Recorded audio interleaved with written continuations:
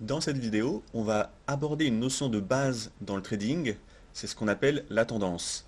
On va voir comment on fait pour suivre la tendance et pour détecter des opportunités de trade en suivant vraiment la tendance principale du marché. On va se focaliser sur le Bitcoin. On est actuellement en format journalier. Alors si on regarde un peu l'historique des cours, on voit qu'on avait une belle tendance haussière à la base ici. Donc, en tendance haussière, la règle de base, c'est qu'on va chercher à prendre que des achats. Il faut toujours jouer dans le sens de la tendance dominante. Alors, pourquoi on joue dans le sens de la tendance dominante? Simplement parce que c'est beaucoup plus facile. Pendant la phase haussière ici, vous pouvez placer un ordre d'achat n'importe où dans la tendance. Si vous gardez l'ordre d'achat suffisamment longtemps ouvert, eh ben, il va forcément être gagnant parce que la tendance va redémarrer. Donc, le temps joue pour vous. A l'inverse, si vous voulez vendre, les ventes, c'est beaucoup plus compliqué en tendance haussière. Parce qu'il faut que vous vendiez avec un timing parfait. Si vous avez vendu ici, là en effet, vous avez pu gagner quelques points. Si vous avez vendu à un autre niveau, par exemple ici, à ce point haut, là vous pouvez gagner. Donc on peut gagner en vendant, mais c'est beaucoup plus compliqué, parce que si vous n'avez pas le timing parfait et que vous vendez par exemple ici, eh ben, vous voyez que les cours n'ont jamais baissé, et donc là, c'est un trade directement perdant, la tendance redémarre et vous pouvez perdre énormément. Maintenant qu'on a vu pourquoi il fallait jouer dans le sens de la tendance, on va voir comment on détecte la tendance et comment on en tire profit pour prendre des positions sur le marché. Pour la tendance, on va se baser sur la théorie de Dow qui nous disait, pour estimer la tendance, il faut regarder les points hauts et les points bas formés par les cours. En tendance haussière, les points bas et les points hauts doivent être de plus en plus hauts. Donc, si je mets un petit signe pour détecter les points bas, par exemple ici on a un point bas, ensuite là on aurait un point haut à ce niveau-là, ensuite un point bas ici, puis un point haut ici, là on voit qu'on a une tendance haussière parce que les points hauts sont de plus en plus hauts et les points bas sont de plus en plus hauts également.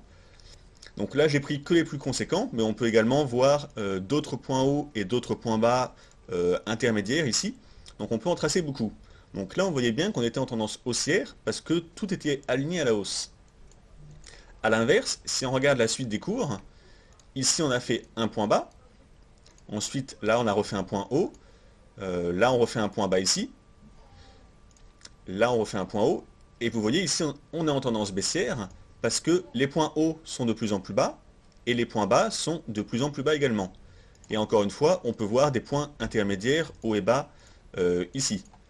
Donc là, on est en tendance baissière. Donc ça, c'est la théorie de Dow. C'est la théorie la plus simple pour analyser la tendance. En tendance baissière, eh ben, les points doivent être alignés à la baisse. Et donc, de base, dans ce cas de figure, eh ben, on sait qu'on va chercher à prendre que des ventes parce que la tendance est baissière. Voyons maintenant comment on exploite concrètement ça pour trouver des trades. Alors, on va faire un peu de ménage, on va enlever ces indicateurs et je vais rajouter sur mon graphique un indicateur qui s'appelle les zigzags. Donc, indicateur, le zigzag, ici. Voilà, donc on laisse par défaut et on voit que sur le graphique, il nous trace automatiquement les points hauts et les points bas. Donc on peut le faire manuellement, mais c'est juste que l'indicateur est assez pratique, ça nous évite de le faire à la main. Une fois qu'on a ça, on va passer en graphique 4 heures.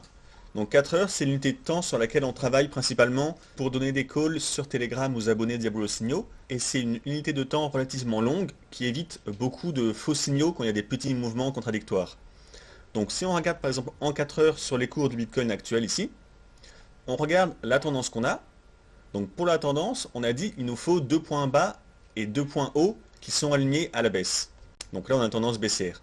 Donc là on a un point haut, point bas, point haut, point bas. Ça y est, à partir de là, on a eu 4 points, un point bas ici et un point bas ici, et un point haut là et un point haut là. Donc à partir de là, on sait que la tendance est baissière parce que nos points sont vraiment alignés à la baisse. Donc à partir de là, la tendance est baissière, on va chercher à prendre des shorts, à prendre des ventes. Ensuite, ça remonte. Donc là, c'est pas grave, on laisse remonter. On n'a pas de position ouverte pour l'instant. Et ensuite, les cours rebaissent. Et vous voyez ce point bas qu'on a ici. Alors je vais tracer une ligne juste pour le noter. On a le point bas ici. Ici, on le dépasse. Donc on fait un breakout baissier. Et bien quand ça arrive, on passe en format 1 heure cette fois, donc on affine la position pour regarder en petit time frame, et on attend qu'on ait une clôture 1 heure en dessous de l'ancien point bas ici. Donc là, si on regarde, c'est cette bougie, donc cette bougie ici, vous voyez qui a clôturé sous le niveau en 1 heure. Donc à partir de là, vu que la tendance en 4 heures est baissière, qu'on a un signal en 1 heure qu'on a fait une cassure baissière de l'ancien point bas ici, eh ben, on aurait pu prendre une vente. Donc ici on prenait une vente et on laissait les cours continuer à baisser. Donc on joue la tendance. Si on prend une vente ici, on va repasser en 4 heures. On prend une vente à ce niveau-là. Eh ben, regardez, la tendance baissière qu'on avait analysée avant repart. On a juste à laisser le trade ouvert. Et là, on gagnerait beaucoup de points. Et on peut faire ça pour toutes les oscillations. Ensuite, ici, on fait un nouveau point bas. Donc, on continue l'analyse. Point bas ici. Eh ben, correction haussière ici. OK. On va renoter le nouveau point bas qu'on a fait ici en 4 heures. Et à ce niveau, on va passer en 1 heure pour regarder ce breakout baissier. Donc, 1 heure. Vous voyez, cette bougie, en 1 heure, a bien clôturé sous l'ancien point bas ici. Donc là, hypothétiquement, on aurait pu reprendre une vente sur cette bougie en 1 heure pour se placer à la vente et on joue toujours la poursuite de la tendance. Là, on aurait repris une vente et donc, si on repasse en 4 heures, eh ben, la vente qu'on aurait pris ici serait actuellement gagnante et on aurait toujours la vente qu'on avait pris précédemment. Ça vous permet d'accumuler des positions en jouant dans le sens de la tendance, donc c'est toujours plus sain. Et si jamais la tendance continue, eh ben, vous allez multiplier votre capital facilement et sans avoir pris beaucoup de risques. Et en général, quand vous tradez une vente sur le breakout, le stop idéal, c'est de mettre un stop au-dessus de l'ancien point haut. Parce que si on le dépasse, ça veut dire qu'il y a eu un changement de tendance.